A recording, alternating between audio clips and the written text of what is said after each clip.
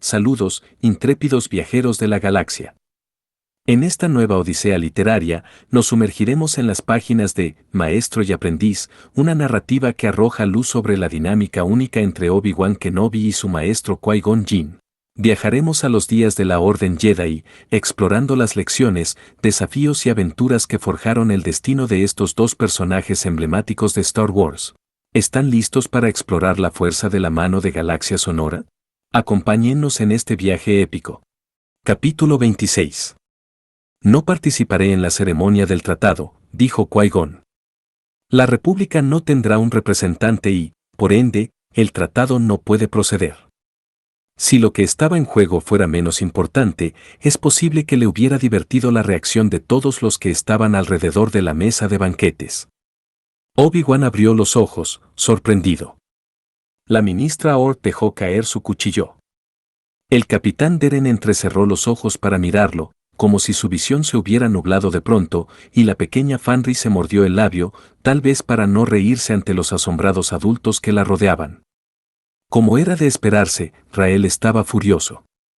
Se levantó de la mesa y le dijo, ayer dijiste cuáles eran tus objeciones, Qui-Gon, y entonces te expliqué que no es una decisión que tú puedas tomar. Esto no se refiere a mi opinión, sino a una visión del futuro, una advertencia que la fuerza me concedió.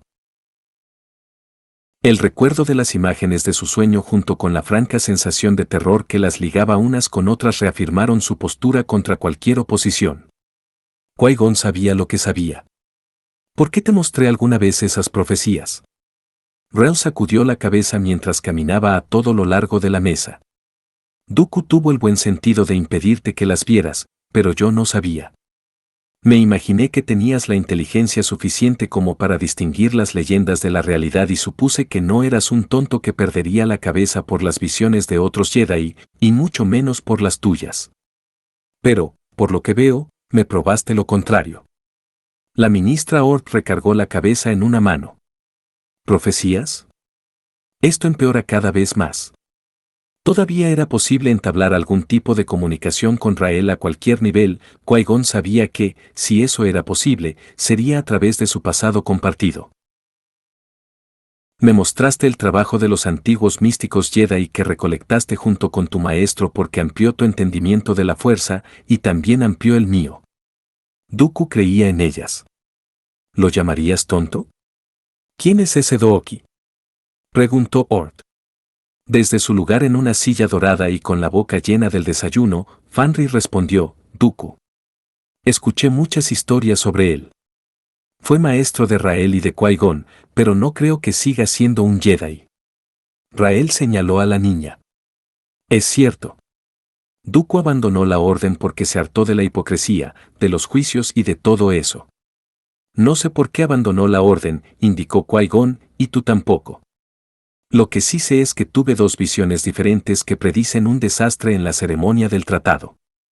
Finalmente, el capitán Deren habló. ¿Qué tipo de desastre? No lo tengo claro, admitió el Jedi. No lo tiene claro. Con un puño, Rael golpeó sobre la mesa. ¿Quieres sabotear la coronación y el corredor hiperespacial por algo que no tienes claro? Lo que sí tengo claro son los gritos que escuché en las visiones. Qui-Gon miró a cada uno de los concurrentes en la mesa del banquete, que estaba atiborrada de más platillos de los que jamás podría comer una docena de cortes. Al igual que la pelea con un sable de luz y la sangre en el suelo del cáliz celestial. Además, si cualquiera de ustedes sintiera el temor y la desesperación que acompañaban a esa visión y que forman una parte igualmente importante que la imagen y el sonido, no dudarían de esto más de lo que puedo dudar yo. La ministra Ort colocó las manos sobre sus caderas. Anoche me topé con usted cuando iba al cáliz celestial. ¿Está seguro de que no estaba sonámbulo? No, ministra. Estaba verificando los detalles de mi visión contra la realidad del cáliz. Aunque nunca estuve allí, lo había visto en su totalidad, precisamente como es, incluyendo las baldosas del suelo. Súper, dijo Fanry. ¿Eso quiere decir que no podemos hacer la ceremonia del tratado? Firmaremos ese tratado, insistió Rael. Tal como se planeó y a la hora señalada. El Consejo Jedi corregirá pronto a Qui-Gon. El maestro todavía no le había contado su visión al Consejo y tampoco tenía intenciones de hacerlo. Se pasarían todo el tiempo discutiendo sobre la viabilidad del corredor hiperespacial. Estaban demasiado vinculados con Coruscant, demasiado obligados con la canciller. Estaban muy alejados de la fuerza viva. Ya no eran el tipo de Jedi que puede confiar en una visión. Le sorprendió ser ese Jedi y que todavía pudiera encontrar en sí mismo la posibilidad de creer de manera tan profunda e inquebrantable en el misticismo puro. A menudo, Qui-Gon se había sentido fuera de sintonía con la orden en general, pero nunca a este grado. De igual manera, nunca se había sentido tan cercano a la fuerza. El día anterior, Ra'arabik había recibido instrucciones de Qui-Gon Jinn pidiéndole que el Merix revisara las plataformas de aterrizaje de cerca en toda esa sección de la luna. Lo hubiera hecho de cualquier modo. ¿Cómo podría arruinar los planes de la corporación en esa luna si no tuviera más información sobre cuáles eran esos planes? Como lo esperaba, Pax estaba menos emocionado acerca de la tarea. No me gusta esto. ¿Alguna vez te ha gustado algo desde que iniciamos nuestros viajes? Bueno, además de encontrar gemas.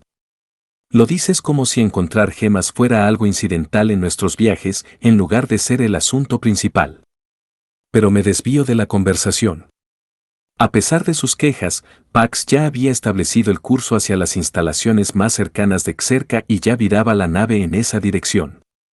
Acordamos ayudar a los Jedi, pero no dijimos que les haríamos el trabajo sucio. Eso fue antes de que ninguno de nosotros supiera que nos enfrentaríamos con Xerca, le indicó Ra'ara mientras se frotaba distraídamente el dorso de su mano izquierda. Si vamos a enfrentarla, no puede darnos miedo un poco de trabajo sucio. Al poco tiempo detectaron las instalaciones con sus escáneres y luego las tuvieron a la vista. Ra'ara empezó a trabajar con los instrumentos para captar la mayor cantidad de detalles que fuera posible. Parece que volvieron a dirigir casi toda la energía de los generadores solares de este hemisferio directamente a sus propios lugares, murmuró. Y mira esas cajas de embarque. ¿Qué hay en ellas? Pax examinó las lecturas antes de que ella pudiera hacerlo. Minerales, principalmente. Pero tampoco es el tipo de cosa que se encuentra cerca de la superficie. Esas minas son muy profundas, quizá llegan a la mitad de camino hacia el centro de la luna. Es bastante drástico. Ra'ara asintió lentamente como si reconociera a algunos de los droides mineros que iban de un lado a otro y que eran modelos que conocía desde su infancia. Xerca está dispuesta a sacarle el corazón a todo un planeta siempre y cuando les gane 1 o 2 créditos. Los pozos se van volviendo más fríos entre más abajo perforan. Luego empiezan a calentarse de nuevo, por lo que sabes que alcanzaron demasiada profundidad y que, si debilitan un poco más la capa debajo, el magma brotará por allí y se detuvo. Obviamente, eso nunca me pasó, pero siempre supe que podría suceder. Después de que se escapó, Ra'ara investigó con exactitud qué les pasaba a los trabajadores humanos en el tiro de una mina expuesto al magma. Pensó que conocer los detalles exorcizaría las pesadillas que siempre tenía al respecto, pero fue un error. Los detalles simplemente hicieron que sus sueños se volvieran más reales y más horrendos. Válgame. Pax se inclinó y se interpuso entre ella y el tablero.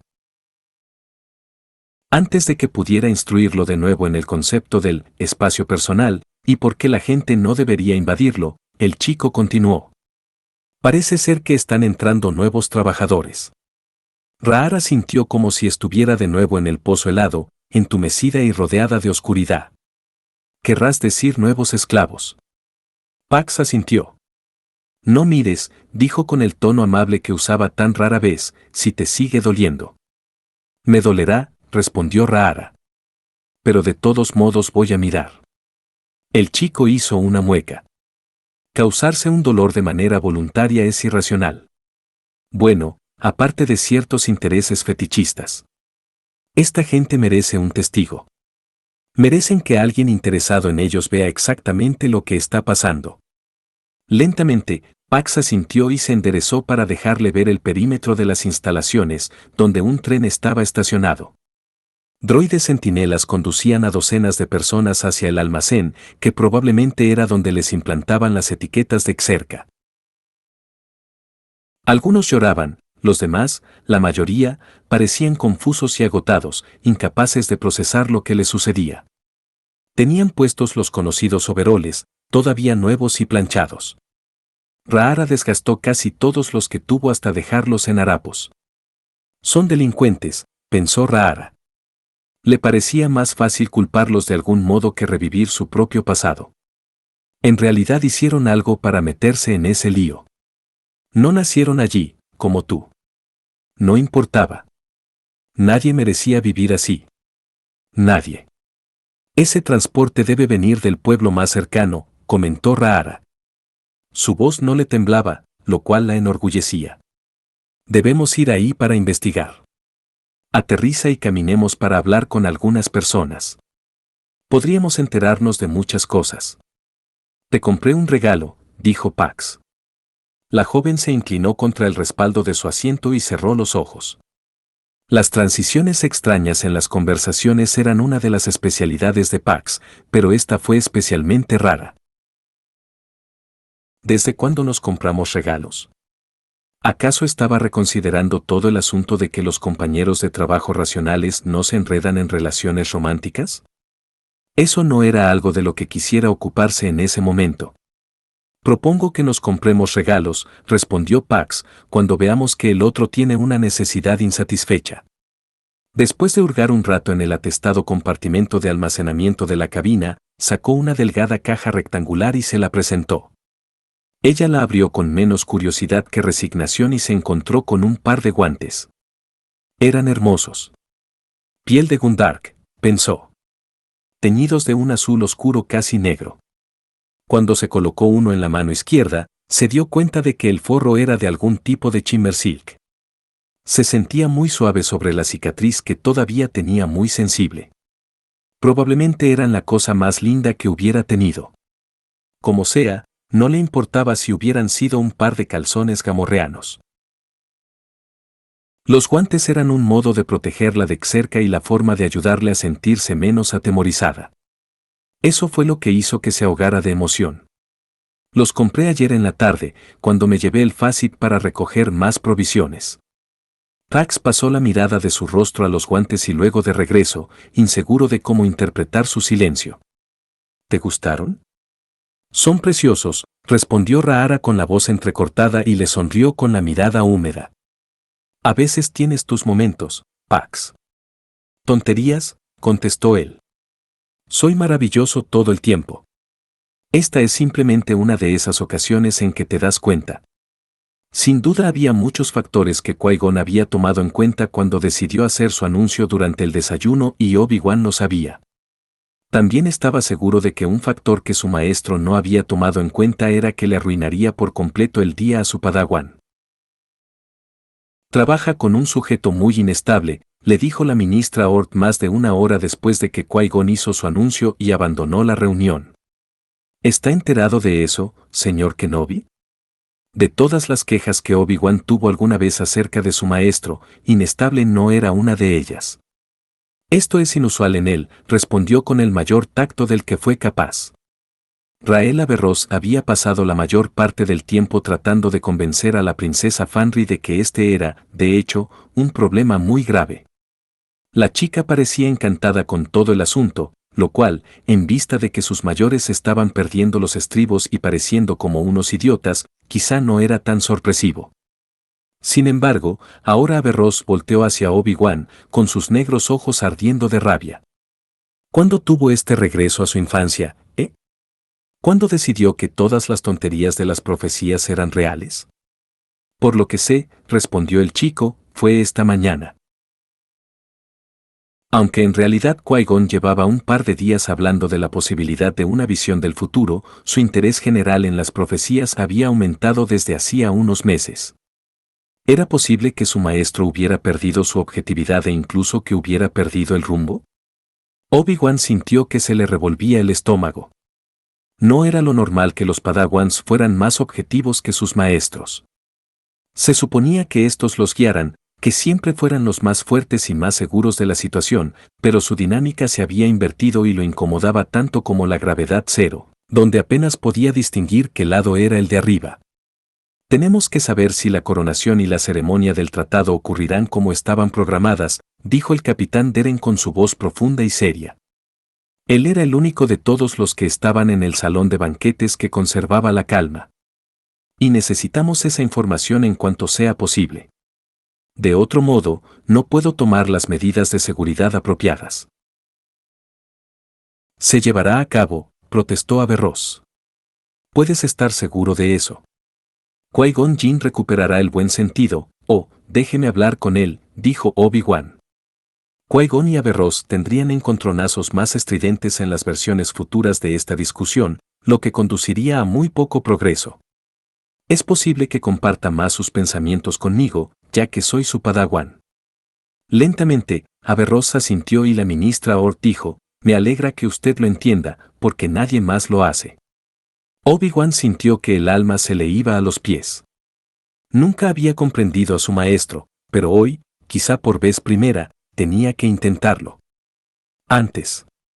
Voy en persecución. Gritó Qui-Gon en su intercomunicador, con la esperanza de que su voz fuera audible por encima de las ráfagas de aire que rodeaban su spide mientras viraba entre el follaje de la selva. Rastréenme. Su voz se rompió en la última palabra. Fantástico, pensó, pero no había tiempo para obsesionarse con cualquier cosa, excepto con la persecución. Él y Dooku formaban parte del equipo de ataque de Numidian Prime, organizado para localizar a la infame cazadora de recompensas Senda Mol. Ella no obtenía sus botines asesinando personas, lo cual de por sí ya era bastante malo, sino saboteando las naves de pasajeros, detonando dispositivos en áreas públicas concurridas y, una vez, soltando incluso un virus mortal. Decenas de miles de muertes en 50 planetas diferentes no eran más para ella que un daño colateral. Los Jedi la habían rastreado hasta Numidian Prime, donde tenía un pequeño reducto con un puñado de seguidores. Pero ya habían aprendido a sus seguidores y la captura de Maul dependía de Qui-Gon y de su maestro. Aceleró su spide, tratando de volar por encima de los espesos matorrales de la selva, pero debajo de las también espesas ramas de las palmeras. La coletilla de Padawan de Qui-Gon volaba detrás de él y deseaba haberse puesto unos visores para protegerse los ojos. No tenía tiempo para eso. Remontó la colina y pudo ver el pedregoso valle donde habían detectado el escondite de Maul. Qui-Gon frenó y detuvo su spide con el mayor silencio posible. De ahora en adelante viajaría a pie. El planeta era un sitio pantanoso y traicionero, pero Senda Mol se había ocultado en terreno alto. Qui-Gon podía caminar silenciosamente sobre las hojas y enredaderas que seguían suaves y verdes.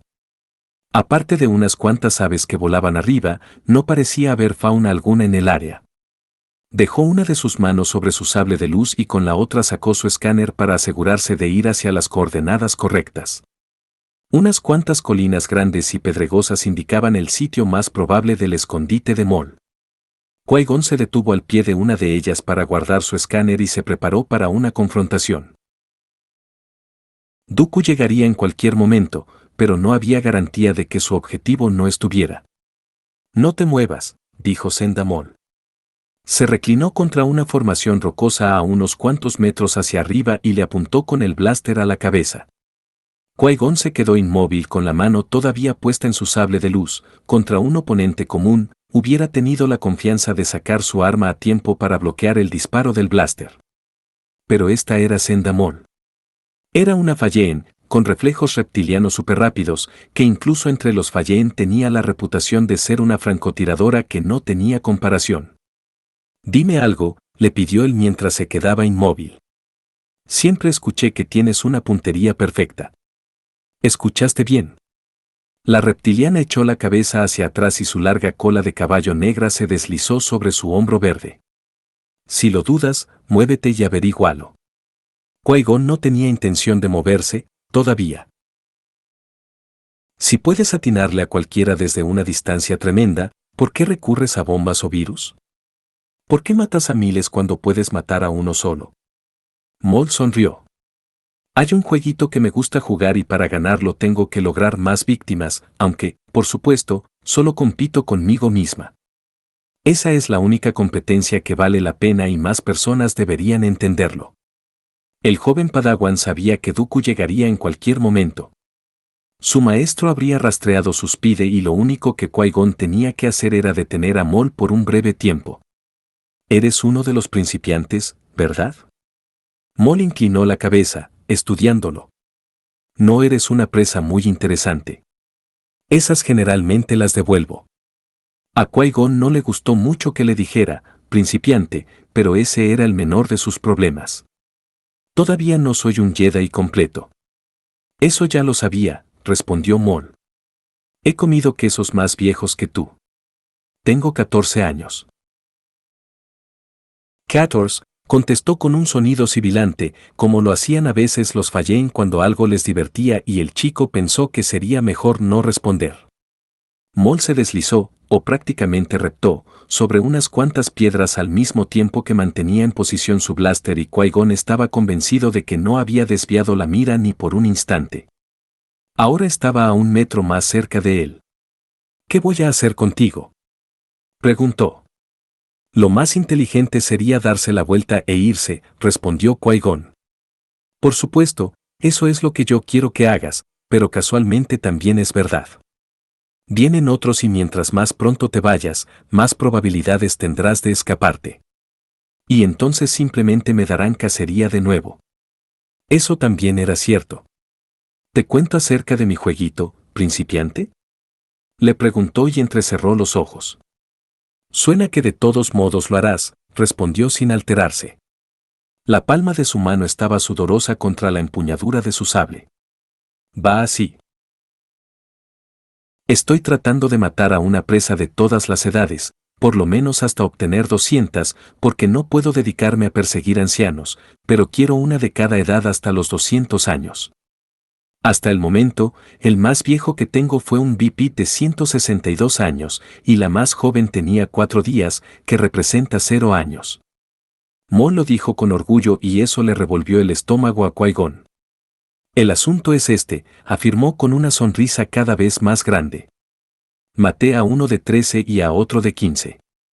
Pero eso me deja con un espacio en medio. Un espacio en el que cabes a la perfección. Me va a matar. La mano de Qui-Gon se aferró a su sable de luz, simplemente tendría que intentar bloquearla, aunque fuera en vano. Un resplandor luminoso estalló desde la selva y acertó en Senda Maul.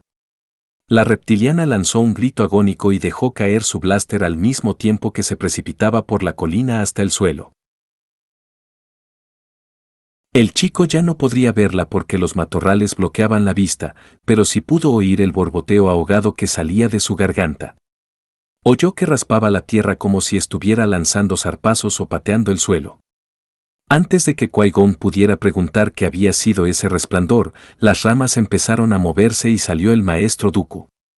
Matas a los indefensos y presumes de ello, dijo mientras pasaba junto a Qui-Gon hacia los matorrales, enfocado únicamente en Maul. Aunque quería ver a su maestro y mostrarse ante él, sabía bien que no debía entrometerse en un encuentro que Dooku tenía bajo control. Querías matar a mi Padawan simplemente para satisfacer tus despreciables ambiciones. Te consideras extraordinaria, ¿no? No conoces nada del verdadero poder. Una luz brillante resplandeció de nuevo y luego otra vez. Qui-Gon todavía no podía verla directamente, aunque sí sentía que le hormigueaba la piel y que su pelo se ponía de punta. El aire olía a ozono. Pero nada de eso parecía ser importante y menos cuando podía escuchar los desdichados alaridos de dolor de Maul. Entonces, los gritos de Senda Maul se ahogaron y por un instante pensó que estaba muerta, pero luego escuchó que gemía de manera entrecortada. El sonido lo impulsó a la acción. Maestro, deténgase. Se abrió paso entre los matorrales para pararse entre Dooku y Maul. La asesina estaba tirada a los pies de su maestro, hecha un ovillo y temblando. Por favor. Estoy bien. La apresaremos. Ya se acabó. La expresión de Dooku era ilegible al principio, pero lentamente bajó la mano. Se acabó, repitió su maestro y de pronto pareció recuperar la normalidad. ¿Estás bien, mi Padawan? Sí, maestro. Cada vez que Dooku le había salvado la vida, el chico le agradecía, pero ahora no podía hacerlo. ¿Qué había hecho su maestro? Déjame llamar a los otros.